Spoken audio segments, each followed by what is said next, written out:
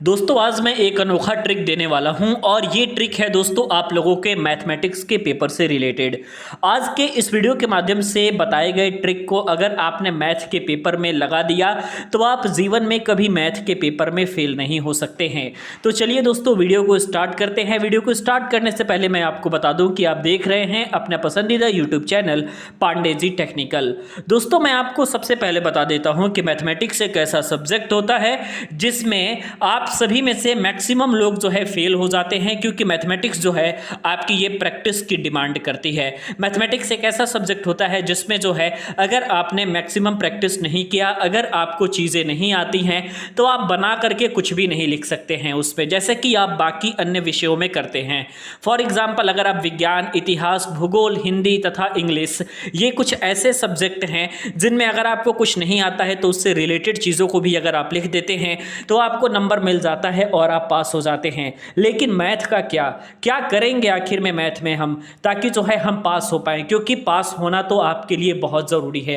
तो आइए इस वीडियो की शुरुआत करते हैं। दोस्तों मैं आपको बताऊं कि मैथमेटिक्स के पेपर में सबसे पहला काम दोस्तों एक काम ये करना है कि आपको जो है किसी भी क्वेश्चन को नहीं छोड़ना है। फॉर एग्जाम्पल जैसे कि जो बोर्ड का पेपर होता है, मान लीजिए कि 100 नंबर का पेपर है और अगर आपको सिर्फ 60 नंबर के ही क्वेश्चन आ रहे हैं तो आपने जो है सिर्फ 60 नंबर के क्वेश्चन को किया और 40 नंबर के क्वेश्चन को नहीं किया तो आप जो है वहीं पे फेल हो जाएंगे। कैसे? क्योंकि अब जो आपकी पूरी कॉपी है ये आपकी सिर्फ 60 नंबर में जांच होगी और आपको जो है बहुत कम नंबर मिलेंगे। इसलिए जो बोर्ड एग्जामिनर के पास जो कॉपी आती है और जो बोर्ड की तरफ से जो दिशा निर्देश आते हैं उसमें ये कंप्लीटली बताया जाता है कि अगर विद्यार्थी ने पूरा 100 में से 100 नंबर के क्वेश्चन को अटैम्प्ट किया है तो एटलीस्ट उसको पास कर दिया जाए। और अगर आपने इन 40 क्वेश्चन को जो किया, 40 नंबर के प्रश्न को जिसमें आपको कुछ भी नहीं आ रहा था, आज जो मैं ट्रिक बता रहा हूं अगर आपने उसको फॉलो कर लिया तो फिर आप समझ लीजिए कि आप बिल्कुल पास हो जाएंगे। एक बात समझिए कि आपकी जो है बोर्ड एग्जामिनेशन में अब आपका जो है ऐसा हो रहा है कि आपकी अब स्टेप मार्किंग मिल रही है। मतलब कि क्वेश्चन में अगर आपका जो दिया है क्या क्या चीजें क्वेश्चन में लिखनी है, अगर आपको कोई क्वेश्चन नहीं आता है तो पहले ये समझ लेते हैं। सबसे पहली चीज जो आपको लिखनी है क्वेश्चन में वो लिखना है आपको गिव एंड डेट। मतलब कि अगर आपको कुछ भी नहीं आता है, उसका सॉल्यूशन भी नहीं आता है, लेकिन कम से कम दोस्तों आपको इतना तो जरूर आता होगा कि आप ये बता पाएं कि उस क्वेश्चन में क्या क्या चीजें दी गई हैं। गिवन डेट लिख करके आप पूरे क्वेश्चन के कंटेंट को लिख लीजिए कि उसमें क्या क्या चीजें दी गई हैं। इसके अलावा सेकंड चीज आपको क्या करना है कि अगर आपको उससे रिलेटेड कोई फॉर्मूला याद है, मतलब कि उस क्वेश्चन में कौन सा फॉर्मूला अप्लाई हो सकता है, उस सब्जेक्ट में कोई फॉर्मूला अगर अप्लाई हो रहा है, अगर वो फॉर्मूला याद है तो आप जो है पूरा उस फॉर्मूले के बारे में डिटेल लिख दीजिए और उस फॉर्मूले में जितने पद आपके प्रयोग हुए हैं उसके बारे में लिख दीजिए।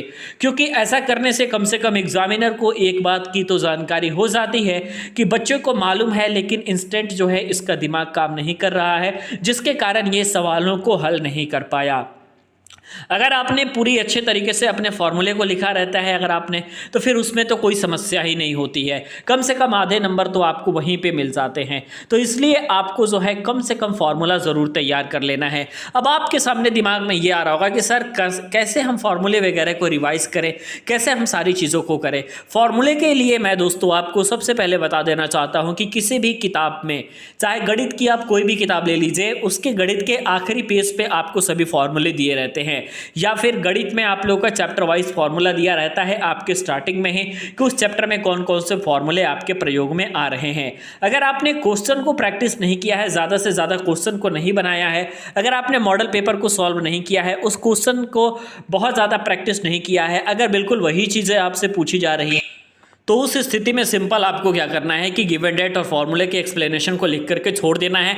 आगे के अगर आपसे एक दो स्टेप कम से कम बन पाते हैं तो आप कोशिश कीजिए कि जहां तक आपसे स्टेप्स बन पा रहे हैं वहां तक आप बनाइए। अगर आप एग्जैक्ट आंसर के चक्कर में पड़ोगे तो आप बिल्कुल भी कभी पास नहीं हो पाओगे मैथमेटिक्स में, क्योंकि एग्जैक्ट आंसर निकालने वाले बच्चों की संख्या बहुत कम होती है। बहुत ही कम ऐसे विद्यार्थी दोस्तों आपको गणित में मिलेंगे जो कि काफ़ी एग्जैक्ट आंसर निकाल कर लेकर चले आए। और मैं आपको बताऊं कि जब आपकी बोर्ड एग्जामिनेशन की कॉपियां भी जांच होती हैं ना मैथमेटिक्स की, तो उनमें भी ये चीज़ नहीं देखी जाती कि कौन सा स्टूडेंट्स जो है वो कंप्लीटली एग्जैक्ट आंसर को लाया हुआ है।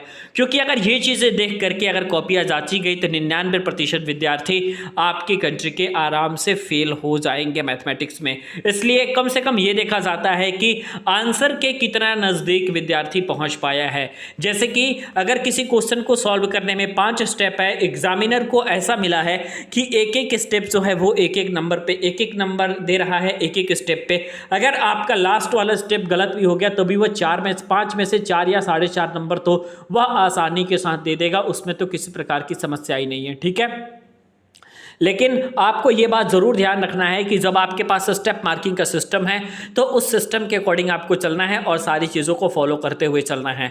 बाकी दोस्तों, अगर आपने इतनी चीज़ों को अप्लाई कर दिया अपने मैथ के पेपर में तो 100% आप जो है मैथ के एग्जामिनर में कभी फेल नहीं हो पाओगे और आप हमेशा मैथ के एग्जाम में पास हो पाओगे। आपको नीचे दोस्तों कॉमेंट करके बताना है कि कौन कौन से ऐसे लोग हैं जिनका गणित का सब्जेक्ट बहुत स्ट्रांग है और मैथ में वो बोर्ड परीक्षा में 100 में से 100 लाने की फिराक में हैं। फटाफट दोस्तों आप नीचे कमेंट सेक्शन में जरूर बताइएगा। बाकी आपको वीडियो दोस्तों कैसा लगा आप हमें कमेंट करके बता सकते हैं। वीडियो देखने के लिए और हमारे साथ बने रहने के लिए बहुत बहुत धन्यवाद।